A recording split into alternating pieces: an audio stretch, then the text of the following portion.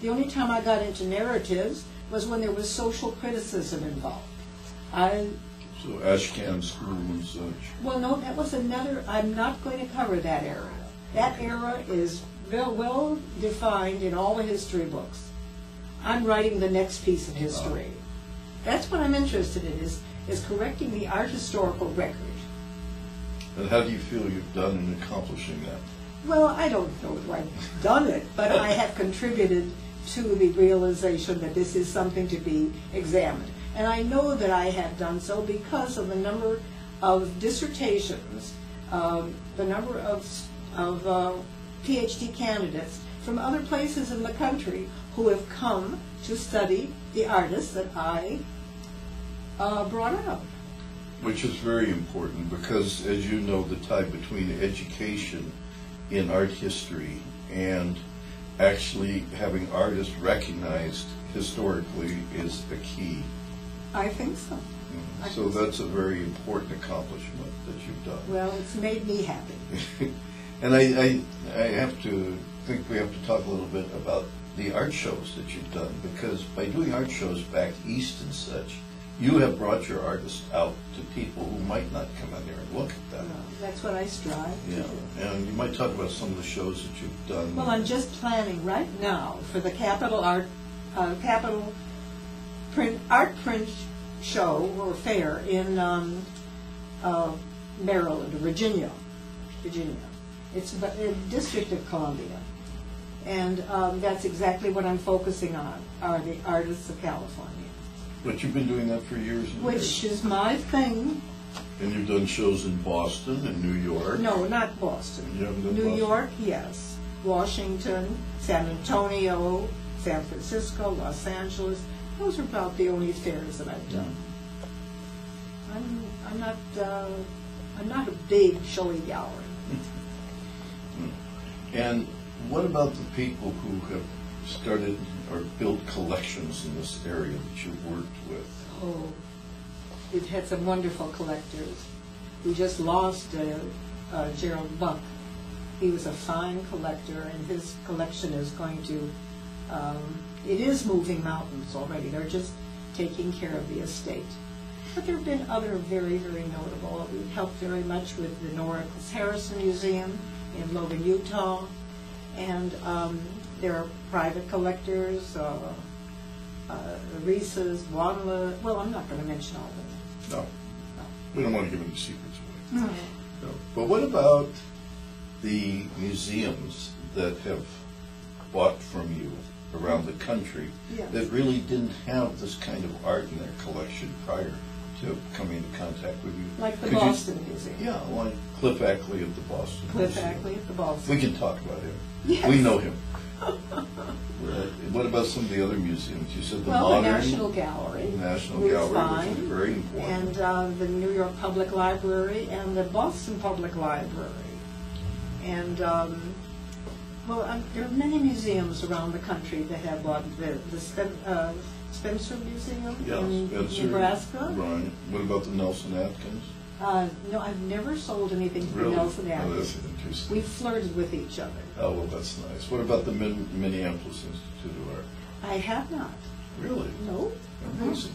The Achenbach up in San Francisco, the Grunwald here, LA County, of course. The San Diego Museum? Yes, the San Diego Museum, and the Blaffer down in Austin or San Antonio. I think it's Austin. And in Dallas. And then various museums around the country, down in Florida, up in Washington State.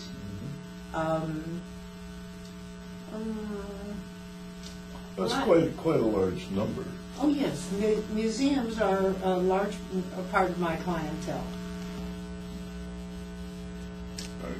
Toby, let's talk a little bit about some of the specific artists in the California modernist movement that you worked with and developed, did exhibitions, and kind of put on the map, I guess is the best way to put it.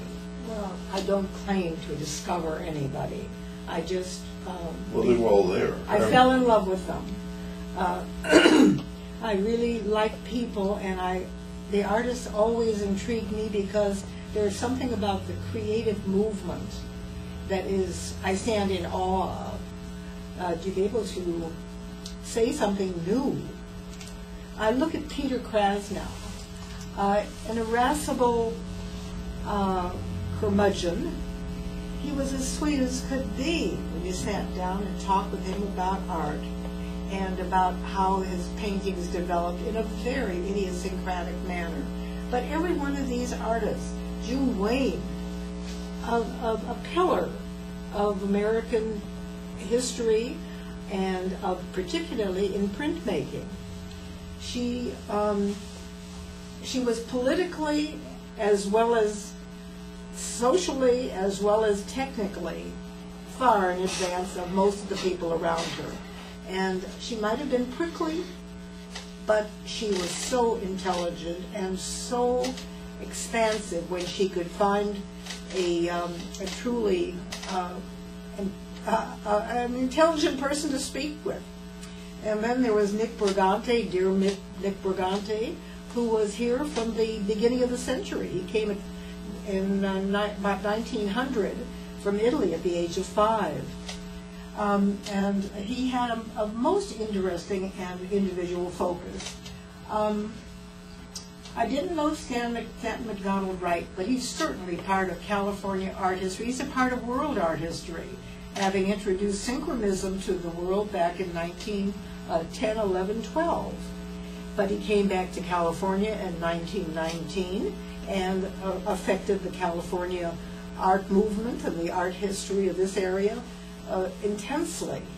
Next to that was Lorcer Feidelson, another New Yorker who became infatuated with the art at the Armory Show in 1913, and it dictated his direction ever since. Now he's a good example of somebody who came from an active New York scene who felt that it was incestuous, that the artists in New York were copying each other. And he said, I've got to get out of here. And the place to go was the Wild West, California, the wide open spaces. And that sort of identifies a lot of these artists, because in California, you pushed out the boundaries. You didn't pay attention to the borders and what you were supposed to do or how you do things. They did things the way they wanted to, and they paid no attention to protocol or precedents. They made precedents. They made new forms and new directions in their work. But with Lorzer, for example, Lorzer, yeah, he started off more representationally, and then he moved into abstraction. Right. He was in very definitely narrative and figurative work through the 20s. But then, by the early 30s, the Surrealist movement captivated him, and he began to shift thoughts, and he met Helen Lundeberg. And between the two of them, by 1932-33, they formulated and they wrote a manifesto. Helen wrote the manifesto of post-surrealism, or subjective abstraction. And that movement caught many artists of the West Coast, and they organized into a show that was shown in 1935 at the San Francisco Museum of Art, before it became the San Francisco Museum of Modern Art. And they put on a show of post-surrealism, so that it incorporated some of the artists of San Francisco, like Lucien Lebeau, and in Los Angeles, like Nude Merrill, Lorzer Feidelson, Helen Lundeberg, etc. Not Big-Eyed Keen, though. Not big one? Keen with the big eyes. Oh, no. It was all surreal and abstractions, and very few narratives.